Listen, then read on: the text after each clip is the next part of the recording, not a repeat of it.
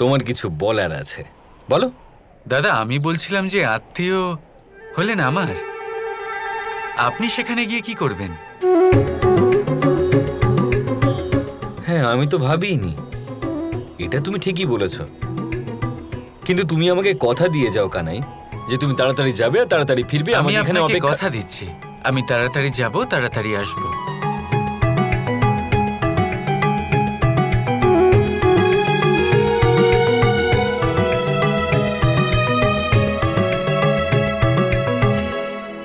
বুঝতে পারছি না সত্যি বলছে না মিথ্যে।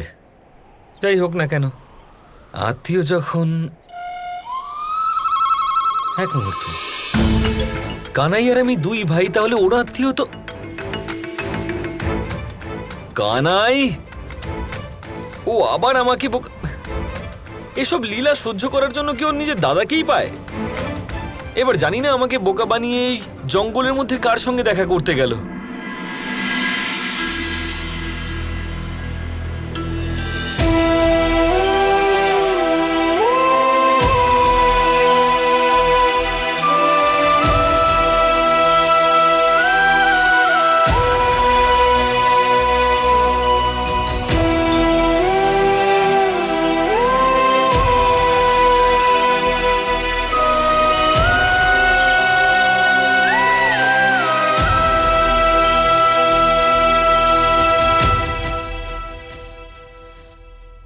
মা,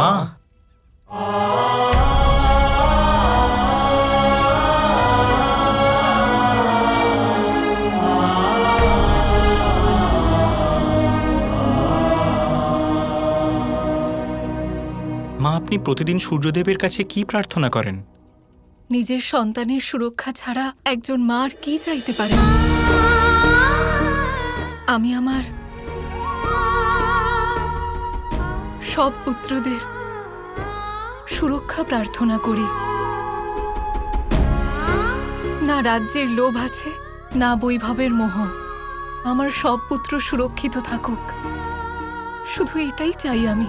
ছোটবেলা থেকে আজ পর্যন্ত আমার ছেলেদের জীবনে শুধুই বিপদ এসেছে।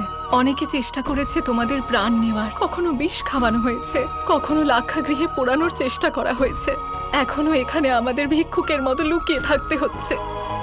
দিন রাত শুধু একটাই চিন্তা হয় যে কেউ যেন আমাদের চিনতে না পারে, আমার পুত্রদের যেন কোনো বিপদ না হয়। এই জন্য প্রতিদিন তপস্যার সময় একটাই প্রার্থনা করি, যাতে আমার পুত্ররা সুরক্ষিত থাকে। আর আমি কিচ্ছু চাই না। মা, আপনার আশীর্বাদ সর্বদা আমাদের রক্ষা করে। আমাদের কখনো কিছু হতে পারে নাকি?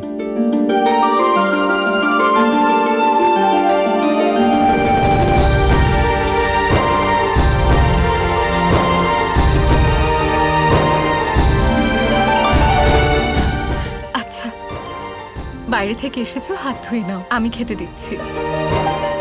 কিন্তু মা, জানি ভিক্ষা নিয়ে এসেছো, সেটা বলার কি আছে? প্রতিবারের মতো যা এনেছো সেটা 5 ভাই মিলে ভাগ করে নাও। দাঁড়ান মাতাশ্রী,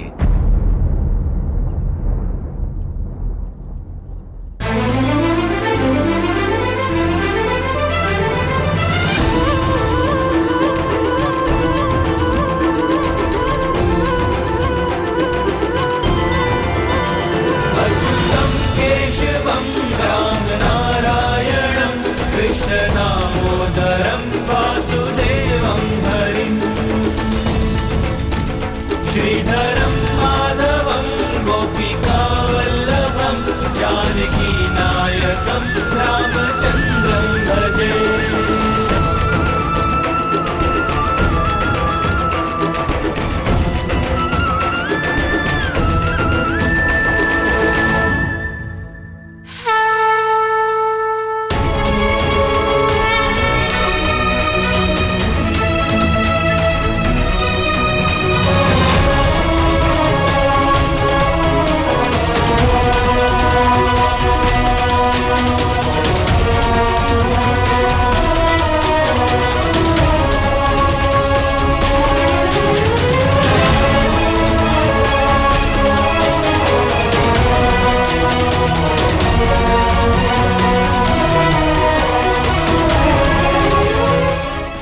হলো বাবা?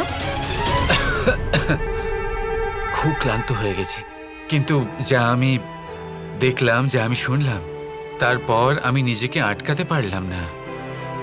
আমার কোনো অধিকার নেই কিছু বলার, কিন্তু তারপরেও আমি এটাই পরামর্শ দেব যে আপনার পুত্ররা যা এনেছেন তা নিজেদের মধ্যে ভাগ করে নেওয়া বলার আগে একবার দেখে তো নিন।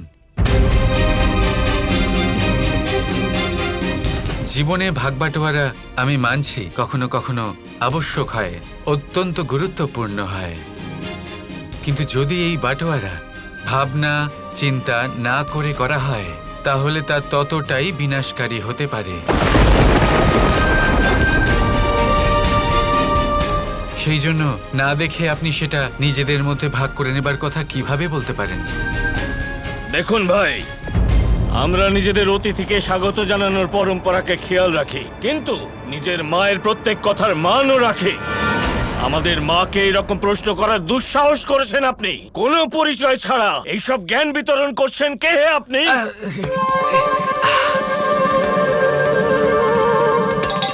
আপনি এক নিঃশ্বাসে 4টে প্রশ্ন জিজ্ঞাসা করে ফেললেন। আমাকেও একটু শ্বাস নিতে দিন।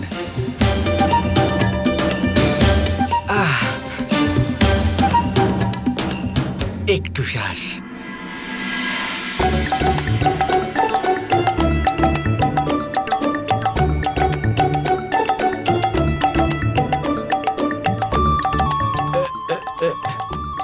এবার একটু ঠিক লাগছে। আমাকে চিনতে পারলেন? পারলেন না? আমি তো হলাম সাধারণ ব্যবসায়ী। ওটা দেখতে পাচ্ছেন? ওই বৃক্ষ দেখতে পাচ্ছেন? ওর পেছনে আরো এক বৃক্ষ রয়েছে, তার পিছনে এক বন রয়েছে। সেখান থেকে ঘুরে যাবার পর সোজা যেতে হবে অনেক দূর। আমি সেখান থেকে আসছি হেঁটে, আর সেই জন্যই তো এত ক্লান্ত হয়ে গেছি, তাই না? ক্ষুধার্ত তৃষ্ণার্ত আমি। কিন্তু ঠিক আছে, আর আমার কোনো চিন্তা নেই, কারণ আমি জানি আমি কোথায় এসেছি, ব্রাহ্মণদের ঘরে। এবার আমার জন্য জলখাবার আমি নিশ্চিত রূপে পাবো, হয়তো মিষ্টান্নও পাবো। কি বলেন বন্ধুগণ? আপনি ব্যবসায়ী হন বা যেই হন, আপনি খুবই অদ্ভুত মানুষ। প্রথমে কাউকে না চিনে বা বুঝে পরামর্শ দেন, আর তারপর বিনা নিমন্ত্রণে নিজেকে ভোজনের জন্য আমন্ত্রণ জানাচ্ছেন। কিন্তু যিনি তিথি জানিয়ে আসেন তিনি অতিথি কি করে হবেন? আর যিনি আপ্যায়নের আগে পরিচয় জানতে চান সেই আতিথেয়তা কেমন? আমরাও নিজেরাই ভিক্ষা করেই দিন কাটাই, আপনার আপ্যায়ন করব কি করে? ব্রাহ্মণের কাছে দান চাইতে আপনার লজ্জা করলো না? আপনি সত্যিই কি ব্রাহ্মণ?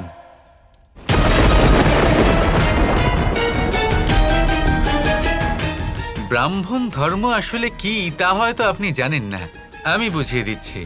ব্রাহ্মণ তিনি হন যিনি কারোর বাড়িতে গিয়ে হয়তো খালি হাতেই ফিরে আসেন কোনো ভিক্ষা ছাড়াই, কিন্তু যখন কোনো ব্যক্তি ব্রাহ্মণের বাড়ি আসেন তাকে খালি পেটে কখনোই ফিরে যেতে দেন না। তিনিই হলেন ব্রাহ্মণ। ব্রাহ্মণ হলেন আসলে বুদ্ধি এবং বিবেকের মিশ্রণ। কিন্তু এখানে তো আমি অন্য কিছুই দেখতে পাচ্ছি। এ কি, স্পষ্টভাবেই অতিথিকে মানা করে দেওয়া হচ্ছে আতিথ্যের জন্য। যে কোনো বস্তুকে ভাগ বাটোয়ারা করার পূর্বে তার বিষয় বোঝাটা আবশ্যক হয়ে ওঠে। এই কথা বুঝতে হবে, সেটাই কেউ বুঝছে না এখানে। এটা তো অনুচিত, তাই না? আপনি তো আবারও অনুচিত কথা বলে আমার মাকে দুঃখ দিলেন। আরে যান এখান থেকে, যান। শান্ত হও অনুজ, অতিথি একেবারে ঠিক কথা বলছেন। ধর্ম অনুসারে কেউ কখনো ব্রাহ্মণের বাড়ি থেকে না খেয়ে যান না। মা, এসো পুত্র, তুমি আমাদের অতিথি, তাই সবার আগে তুমি ভোজন করো। পুত্ররা, ওনার সেবা করো।